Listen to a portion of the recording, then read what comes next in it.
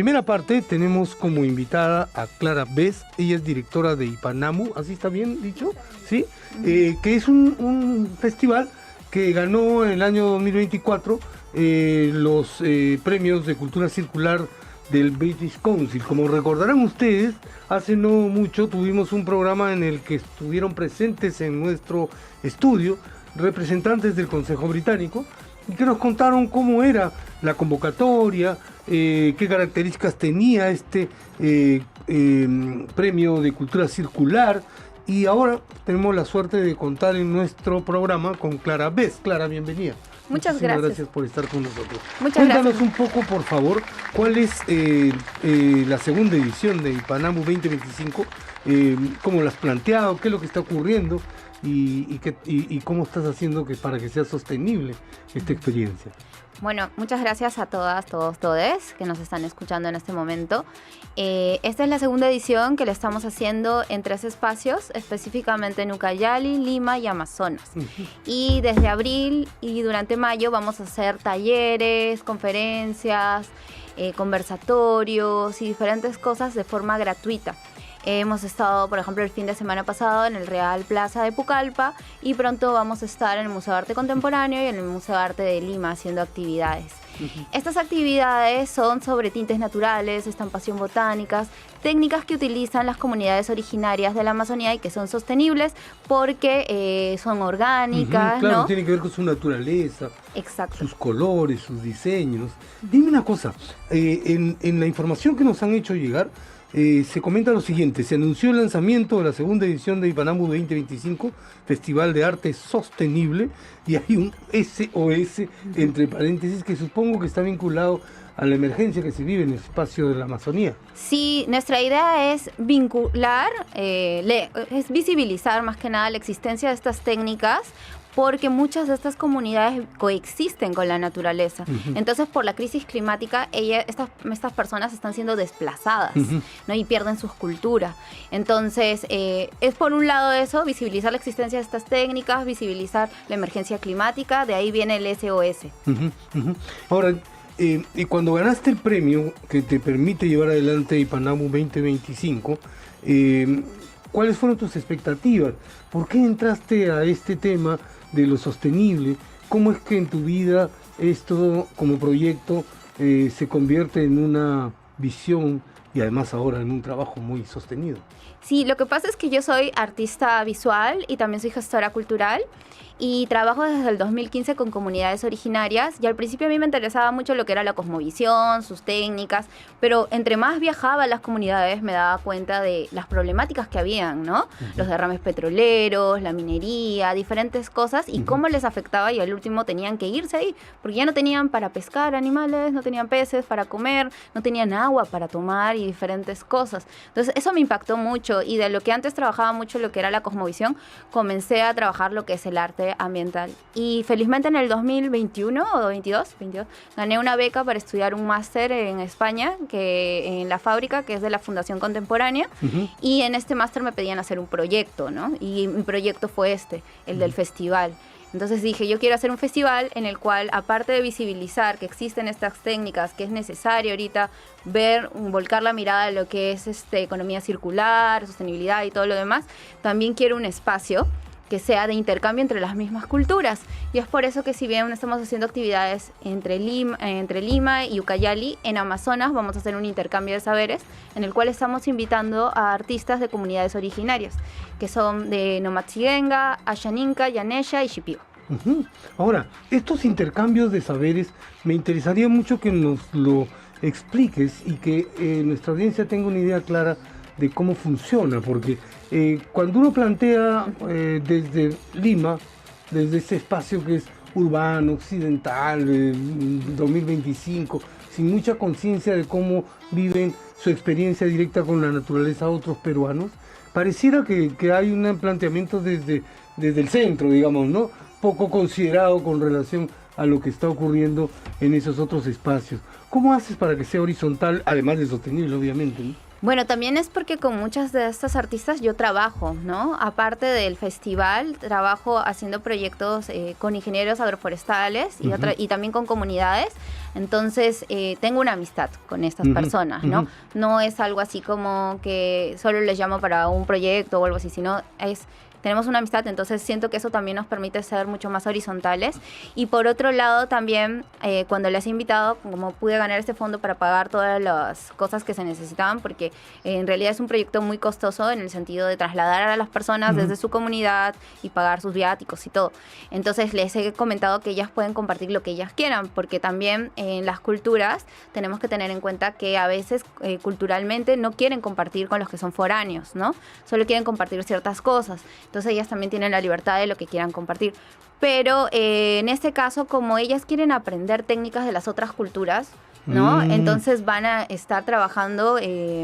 primero van a hacer clases maestras todas, ¿no? Incluyendo yo también voy a hacer alguna clase maestra, alguna técnica que no se utiliza mucho aquí, pero se utiliza en otras partes.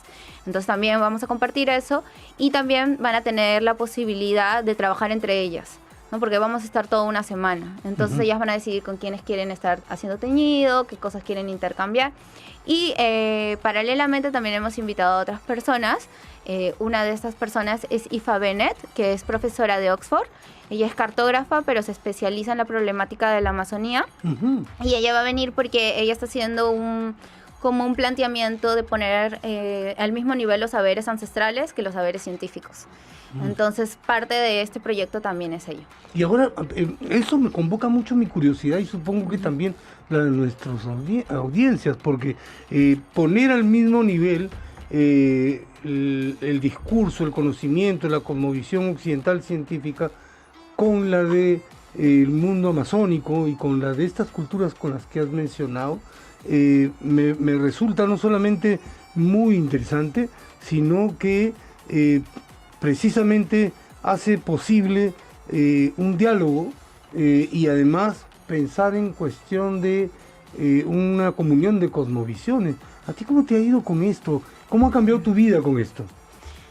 Bueno, para mí es muy importante poder convivir con estas personas, ir a sus comunidades, entender la otra forma que tienen de ver el mundo, ¿no? Porque yo he nacido en esta ciudad, en Lima, y estoy acostumbrada a ciertas cosas, ¿no? A mí, por ejemplo, lo que me encanta de ir a las comunidades es que trabajan en forma colectiva, ¿no? Las mujeres todas bordan o tiñen en forma grupal, van cantando, todas cocinan juntas para sus hijos cuando están trabajando en grupo y todas comen juntas, ¿no? Y creo que lo más disruptivo en mi vida, por decirlo así, es dejar de ser tan individualista, ¿no? Y comenzar a ver, pero no como uno, sino como todos, ¿no? ¿Se te hace factible?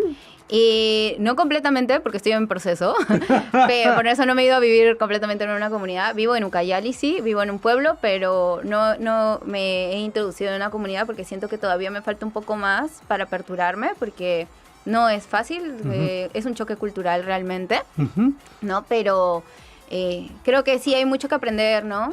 Somos muy dependientes de diferentes cosas, como del celular, que a veces creo que ya está, o sea, somos ya dependientes. No es como que el celular nos sirva a nosotros, sino que siento que empezamos nosotros a servirle el celular. Pero eso te está permitiendo cambiar esa situación.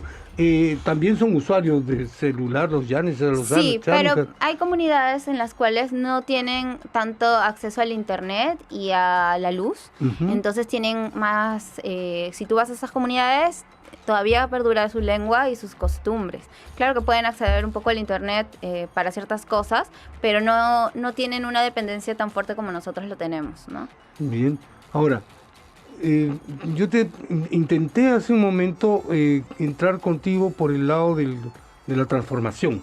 ¿Cómo es que este proyecto está transformando otras vidas y la tuya? Lo decía porque me dices que estás viviendo en Ucayali. Ya ese es un salto importante.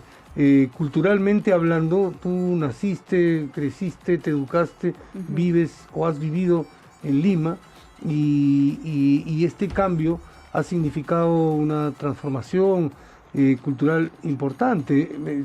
Yo podría consultarte si familiarmente tienes una vinculación con el mundo amazónico y parece que no necesariamente.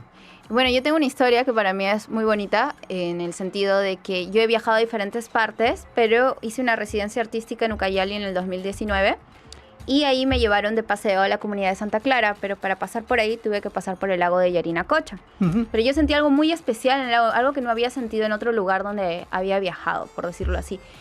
Y después de esa experiencia regresé acá a Lima, a la casa de mis abuelos, y les conté, ¿no?, la experiencia que tuve, porque siempre les contaba de mis viajes, y les conté que me había sentido muy familiarizada con el espacio a pesar de que nunca había ido. Y ellos me contaron que cuando mi abuelo era director del área educativa de la Amazonía, o sea, él trabajaba para el Ministerio de Educación, pero lo mandaron a dirigir ese lado. Y que se habían mudado ahí unos años con mi papá cuando eras niño. Yo sabía que habían vivido en algún lugar de la Amazonía unos años, pero no sabía que había sido específicamente ahí. Y me dijeron que ahí habían vivido. Entonces, a mí me pareció muy curioso que a pesar de que yo no sabía que ellos habían vivido ahí y todo, me había sentido como si yo ya hubiera estado ahí, ¿no? Entonces, yo dije, esto es como una epigenia, o sea, como si fuera una memoria genética. Un déjà vu. O algún déjà vu, ¿no? Y yo sí me siento, y justo me he ido a vivir ahí, porque yo siento como si ya hubiera estado antes ahí, por decirlo así. Y esa experiencia se ha repetido, por ejemplo, con la cuestión estética, con las cosas que ves, con la producción cultural. ¿De qué manera, por ejemplo, el quené, esta iconografía tan importante, de qué manera la presencia de la ayahuasca en la cosmovisión de la región tiene algo ahora que ver contigo? Es que las culturas, así como en el mundo antiguo, ¿no?, que sabemos que los nazcas y los paracas eran más chamánicos, en cambio los moche, los wari eran más guerreros, tienen diferentes vertientes, ¿no? Sí. Igual en las culturas de la actualidad que están vivas, los shipibos son muy artísticos, pero también son muy chamánicos, por decirlo así, ¿no?, porque ellos mismos se autodenominan de formas distintas, ¿no? Onaya, Merella, como ellos se quieran autodenominar, porque su lengua es su concepto, ¿no? Nosotros desde fuera podemos verlo algo así.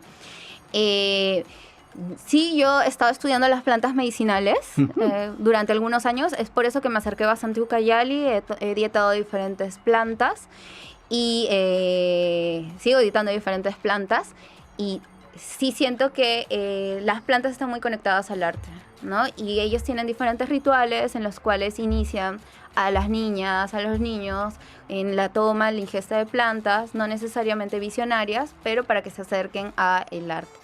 Pero es un mundo muy distinto porque la cosmovisión amazónica no se piensa que las personas vienen de los animales y evolucionaron una persona, sino en muchas historias de diferentes comunidades se piensan que las personas fueron al principio y algunas se convirtieron en plantas y otros en animales. Por eso las plantas y los animales son sus hermanos, son sus iguales. Entonces no es que los seres humanos somos más que los otros, sino que han mutado, por ser han cambiado y son de la misma naturaleza. Y eso se siente mucho en cómo viven, ¿no? En cómo viven, en cómo se comportan, cómo cuidan sus bosques, ¿no? Y yo no les llamo guardianes, sino les llamo herederos porque son sus tierras y les pertenecen, ¿no? Entonces, tengo esa idea y yo siento que es bastante complejo porque todo es intrínseco, ¿no? Es como un micelio. Todo está conectado, tanto las plantas, con la agricultura, con la medicina, con el arte, y todo se envuelve. Por eso yo pienso que tenemos que volcar nuestra mirada hacia cómo viven estas personas y todo lo demás, porque ahí estamos viendo lo que es la economía circular, ahí estamos viendo lo que es la sostenibilidad. Todos estos conceptos que vienen del extranjero ya se hacen aquí hace cientos de años. Sobre eso me gustaría mucho que le comentes a nuestra audiencia, porque el planteamiento tuyo en esta segunda edición de Ipanamu 2025 está relacionado con la sostenibilidad. Pero lo que acabas de decir es una tesis muy interesante, que es que esa sostenibilidad, esa interculturalidad, eso existía antes. Y tú, de alguna u otra manera, al hacer esta experiencia, al generar este festival, al interactuar con estas culturas, no has hecho otra cosa que corroborar su existencia y, digamos, proyectarla al futuro. Hay una cosa que me parece interesante, que me gustaría leerlo para que lo comentes. Y es que el Festival Físico en Amazonas, un encuentro de saberes y creación, tiene intercambio de saberes y residencia artística. Tiene una feria de arte sostenible. Y creo que he hecho la pronunciación así para que ustedes se den cuenta que tiene unos paréntesis ahí, paréntesis importantes, porque lo sostenible obedece a una emergencia para llevarlo adelante. Hay un concurso virtual de cortometrajes amazónicos, talleres y conferencias gratuitas, y el mismo Ipanamu es una plataforma para la cultura sostenible. ¿Cómo se ha planteado el concurso virtual de cortometrajes amazónicos? Cuéntanos también eso para que nuestra ciudadanía se entere del tema. Justo hemos comenzado a hacer la convocatoria la última semana de abril. Estos cortometrajes pueden ser de 3 tipos, pueden ser documental, ficción y animación. Y de ahí vamos a escoger lo que son los ganadores.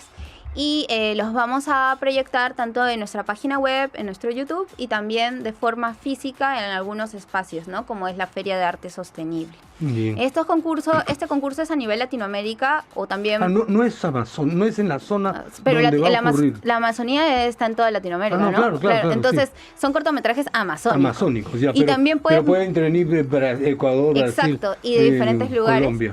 O también de otras partes del mundo, pero específicamente la temática tiene que ser comunidades originarias y tratarlo de forma respetuosa, obviamente. Crisis climática en la Amazonía, ¿no? O temas relacionados a estos ejes. Cuando tú te refieres a crisis climática en la Amazonía, ¿qué es lo que has visto que más llamó tu atención? Y además de eso que has visto, ¿qué es lo que crees que hay que abordar con urgencia? Miren, nunca me he sentido tan triste y tan desesperada hasta el año pasado que hubieron los incendios. Yo salía de mi casa al jardín y se veía todo nublado como si fuera Lima, y allá el cielo de la Amazonía es azul. Y todos al principio pensábamos que era niebla, pero no, era el humo de los incendios forestales. Entonces, eso sí creo que a todos nos ha marcado el año pasado, porque el año pasado se ha incendiado más que nunca, ¿no? Y lo podíamos ver, lo podíamos oler, y todos los días sentíamos el olor a quemado, a las cenizas, cómo se estaba incendiando. Y también podíamos ver que cerca de donde vivíamos, por ejemplo, yo vivo en Yarinacocha, pero sabíamos que a las afueras de Pucallpa ya habían incendios, en Yarinacocha habían incendios. Entonces, el problema es las modificaciones de leyes que se han generado actualmente. Permiten que las personas que quemen los bosques después puedan utilizar esas tierras para agricultura, para ganadería u otras cosas. Antes no se daba, sí, tenían que pasar muchos años. Entonces, esto está generando que puedan quemar los bosques de forma mucho más rápida, y esos bosques no son solo bosques, ahí viven miles de especies de plantas, miles de especies de hongos, miles de especies de animales. Entonces, están asesinando en masa. Y eso es lo que hay que evitar. Obviamente eso es lo que hay que evitar, porque si nosotros nos ponemos a pensar, el mundo en el que vivimos, la temperatura que tenemos ambientalmente, está ligada a diferentes fenómenos, ¿no? No solo los bosques amazónicos, también los océanos, ¿no? También estamos viendo el deshielamiento de los glaciales y de los polos. Todo eso nos va a afectar de alguna manera. Algunas personas dicen, esto está ligado al cambio normal del planeta, etc. Sí, ya puedes decir eso, pero ahora está de forma acelerada. ¿Y quiénes van a pagar las consecuencias de esto? Van a ser las personas de menos recursos, porque los que tengan dinero se van a poder ir a otras zonas, pero los que vivan en estos espacios no va a ser fácil para ellos, van a sufrir las catástrofes y van a terminar muriendo. Y sí, o sea, solo pensando de forma humana, ¿no? Porque más allá de eso, los animales, las plantas, todos van a desaparecer. Claro, y eso es lo que hace insostenible el futuro. La idea de lo sostenible está vinculado a generar un cuidado de los recursos actuales para que las generaciones futuras puedan seguir disfrutando del tipo de vida en la Tierra, que genera también las cosmovisiones de las cuales tú misma has hablado con nosotros. Quisiera pedirte como favor especial que invites a la ciudadanía de la región en la que está y se va a llevar adelante Ipanamu a participar de todo lo que está proponiendo en el festival, en el proyecto. Sí, les quiero invitar a todos a entrar a www.ipanamu.com. Ahí pueden ver el programa. Tenemos bastantes actividades que son virtuales, y estas actividades de cualquier región, de cualquier país pueden participar, pero también tenemos actividades físicas en Lima, Ucayali y en Amazonas. Entonces, pueden entrar a nuestras redes, ¿no? Que también es ipanamu.festival, tanto en Facebook como en Instagram y TikTok. Y ahí pueden ver qué actividades se van a hacer. Todas estas actividades son de forma gratuita, así que les invitamos. Tenemos actividades para niños, para adolescentes y también para adultos. ¿Cuánto es que arranca? Ya arrancó desde abril. Estamos sí, desde los primeros días. Ahí tenemos la programación. Y yo quería que ella nos diga también entre abril y mayo. Exacto. Entre abril y mayo tenemos las actividades que son públicas, gratuitas, y la primera semana de junio, por el Día Mundial del Ambiente en Amazonas, tenemos lo que es el intercambio de saberes, la residencia artística y la Feria de Arte Sostenible. Fantástico. Un último asunto que me gustaría que comentes también con nosotros, y es tu propia producción cultural, después del festival, después de hacer sostenible todo lo que acabas de contarnos y emprender. ¿Qué camino está tomando? ¿Qué rumbo se está tomando? ¿Mi producción como artista o mi Sí, producción como esa es. gestora? Como artista. Como artista, claro. Sí. Yo actualmente trabajo sobre la problemática ambiental de la Amazonía. He estado trabajando haciendo una cartografía, pero desde una visión artística de cuáles son las problemáticas, tanto relacionadas a deforestación, a incendios forestales, a minería ilegal, a derrames petroleros. Gracias, he tenido la suerte de poder participar en diferentes concursos. Ahora he estado de finalista en el concurso nacional del BCR de pintura y en otros más, ¿no? Y sigo trabajando al respecto. También hay otros temas que me interesan, que he estado trabajando también sobre el deshielamiento, ¿no? De los nevados, porque si nos ponemos a pensar de dónde viene el agua del río Amazonas, viene desde el nevado más lejano, que es el Mismi. Es su afluente más lejano. Y cuando desaparezca este afluente, va a empezar a bajar el caudal, ¿no? Ya hemos visto las fotos del año pasado que hubo sequía en el río Amazonas, Sí, ¿no? sí. Entonces, todo está, yo siento que todo está conectado. Todo está conectado. Exactamente. Cuando hablabas hace un momento y un poco para ir terminando nuestra conversación, hablabas de los incendios que el año pasado fueron extremadamente dañinos, ¿no? Sí. Estos incendios tienen como una doble dimensión, son producidos por mano humana, con la idea de ampliar la frontera agrícola para poder sembrar, con un asunto que parece ser no costumbre, sino una práctica habitual en el mundo amazónico. Erradicar eso no sé si sea tan factible en lo inmediato. Desgraciadamente no creo que es una práctica cultural, porque muchas de estas comunidades se quejan de que personas de otras áreas foráneas son quienes están incendiando y invadiendo sus tierras. Entonces no lo considero como una práctica cultural. Lo considero que detrás de esto hay muchos intereses y que no necesariamente son de pequeños grupos, sino también de otros grupos mucho más grandes. Mucho más grandes. Entonces queda claro que es imprescindible enfrentar eso y, como tú misma dices, darle a las comunidades armas que tengan posibilidad de sacar adelante sus propias existencias. Es imprescindible que el Estado revise otra vez las leyes y que proteja a su población, que proteja la biodiversidad de nuestro planeta y a las comunidades originarias. Eso. Muchísimas gracias. Nosotros hemos llegado a la primera mitad de Somos Cultura. La presencia de nuestra invitada Clara Best es reveladora de una situación que me parece importante, no solamente relevante, sino ejemplar. Debiéramos tener muchas Claras Best haciendo el trabajo que ella hace. Debiéramos lograr que acompañándola la sensibilidad y la acción cambie con relación a la protección del medio ambiente y que nuestros hermanos en Amazonas tengan la posibilidad de sostenerse en el tiempo y en el espacio, en sus territorios, cuidando en economía circular su ecosistema, pero además haciendo un esfuerzo porque todos los peruanos entendamos lo imprescindible que es proteger y hacer sostenible esta realidad. Clara, muchísimas gracias por acompañarnos. Muchísimas gracias a ustedes por invitarme. Estamos de vuelta en unos minutos con la segunda parte